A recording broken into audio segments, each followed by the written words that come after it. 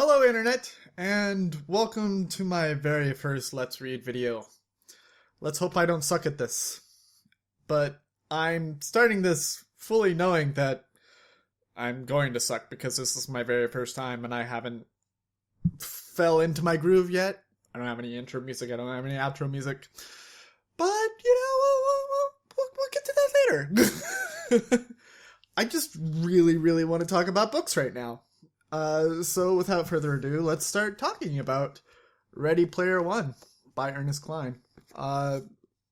Today we're only talking about the prologue, which is only like 10 pages long.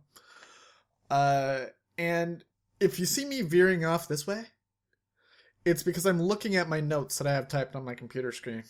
It's not because I'm trying to look away from you. I just want to remember what I was saying. So, Ready Player One starts with death, which is a great way to start any story. It starts with the death of a billionaire who has $250 billion, but not a single heir. He has acquired this money from building a massive online video game. And a massive multiplayer online video game, which has become, from what I gathered from the prologue, people's lives. They they go out and do things in the real world, but then they come home and they play this video game, and they live in this video game world. They talk about, they have one line about interactive TV shows, and I was just like, I want to watch those. I want to be in those. And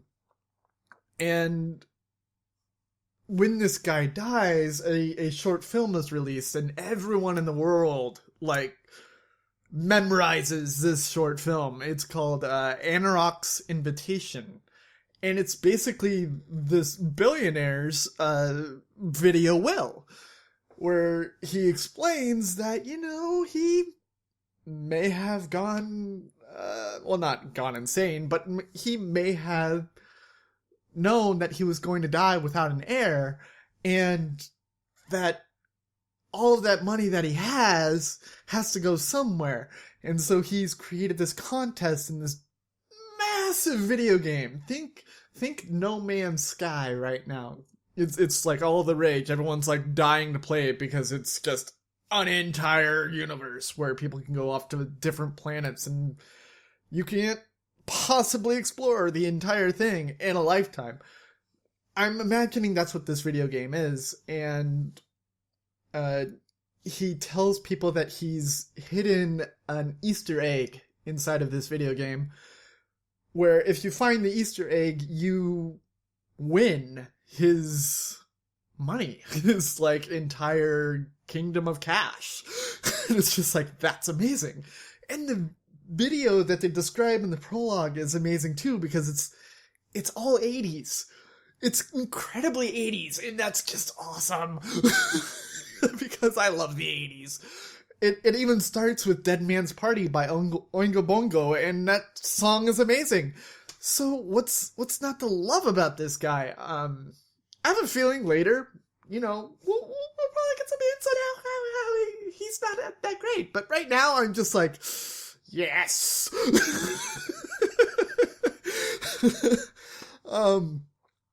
So, during this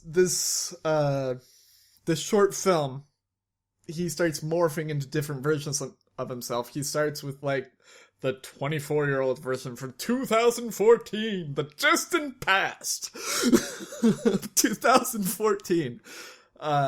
And then he morphs into his little kid form, where he was playing Atari and talks as a little kid. And I kind of wanted the two to interact and be the little kid being like, video games! And the old guy goes and video games crafted who I am today. And the little kid being like, you're fat! And the old guy goes, shut up! And but it didn't really do that. That's just what went on in my head when I was imagining him morphing into a little kid version of himself. But, he morphs into different versions of himself and talking about how video games were his life, and morphs into his avatar that he created for the video game. And I just thought it was awesome.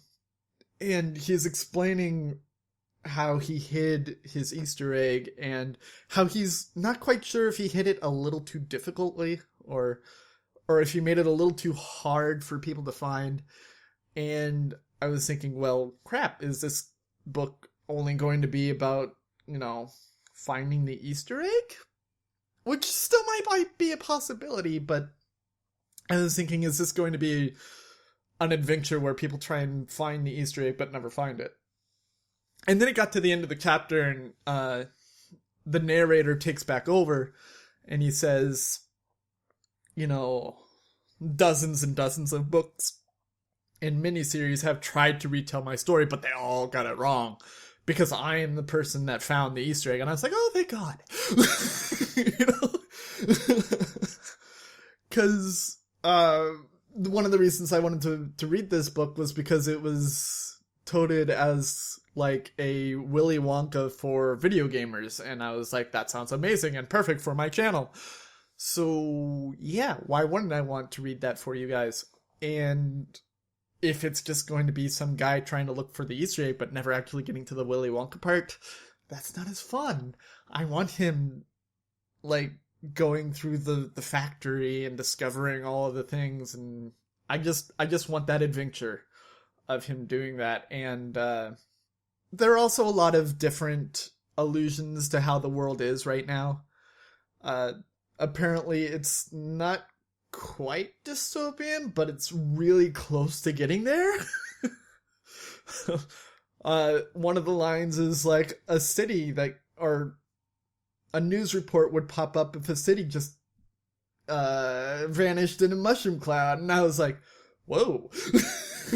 Cities are going out like that easily and that readily that you're ready for it if a news report comes through. It's just like, wow. That is not a future I'm looking forward to right now.